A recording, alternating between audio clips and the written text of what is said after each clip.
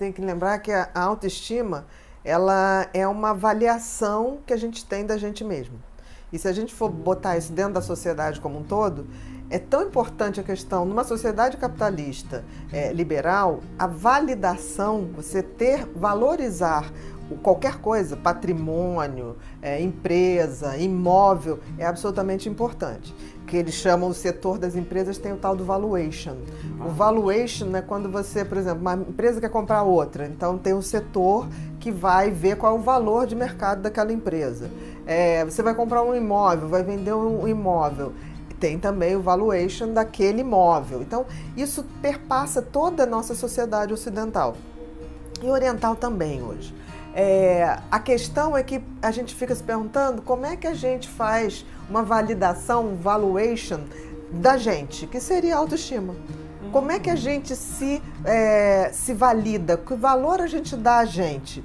E aí isso é muito compatível com a autoestima. A autoestima, ela precisa, mais do que ter um valor fictício, ela precisa ter um valor individual. Então é uma coisa subjetiva. Eu não posso te validar ou dar valor a uma característica sua. Porque na autoestima, auto é da própria pessoa. Isso. Você tem que se dar esses valores e isso tem que ser de base para que você se sinta bem e possa exercer esse valor no mundo. E se eu tenho essa baixa autoestima, meu valor... Com certeza. A pessoa não se vê como ela é. Existe ser humano perfeito? Não existe ser humano perfeito. A gente tem qualidades, a gente tem defeitos e a gente tem disfuncionalidades, coisas que não funcionam absolutamente bem. A grande questão é a gente aceitar isso. Porque eu vejo que as pessoas que têm baixa autoestima, elas acham que nada é mutável, ou seja, elas são ruins e nada vai mudar aquilo.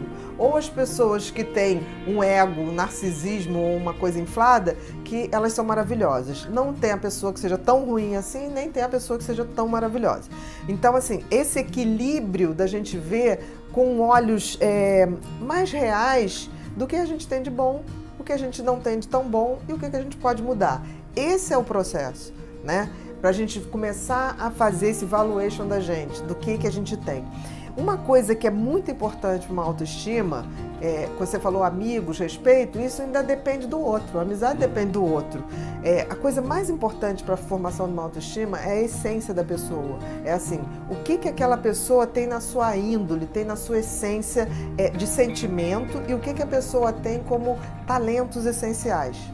Por exemplo, uma criança nasce, é muito normal que ela já tenha talentos. Tem crianças que nascem com muita facilidade de tocar instrumentos, tem crianças que nascem com muita facilidade de desenhar. E eu noto que muitas vezes os pais bloqueiam isso.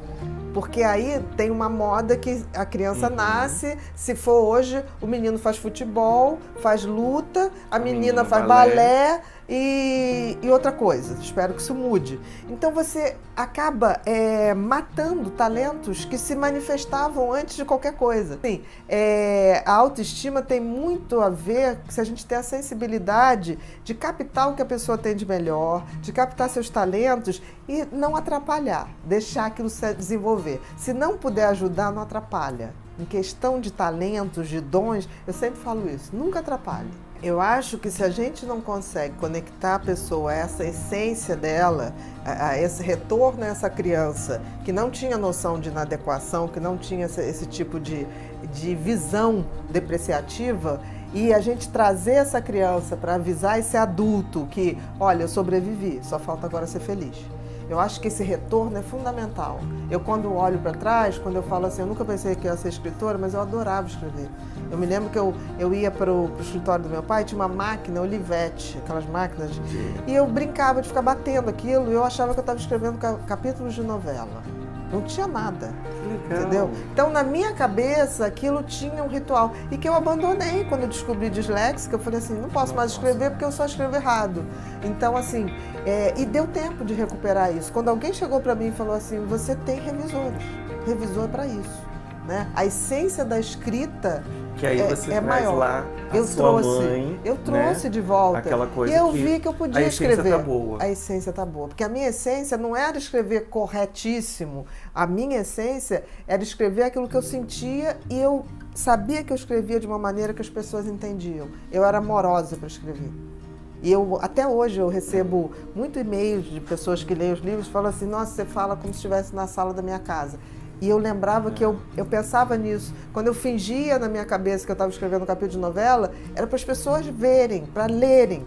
Eu nunca pensei em escrever uma coisa para ficar para mim. Então, assim, seja onde for, a gente tem que deixar a essência da gente, o carimbo da gente. É isso que fica.